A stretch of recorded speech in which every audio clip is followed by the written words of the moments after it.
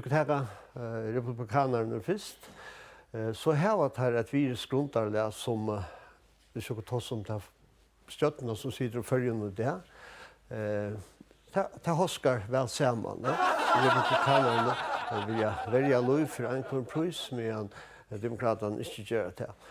Demokraterna har ett virusgrundarlag som inte mäknar att vara så most och först mot avskannon från minneluta balkon till dømes som inte grundar av folkareie.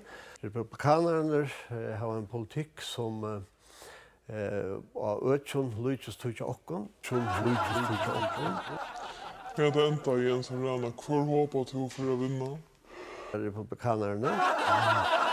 Alltså att vi kristna och demokratisk fundera vötler som är stand ja. Utifrån honom så inser jag att det är republikanerna.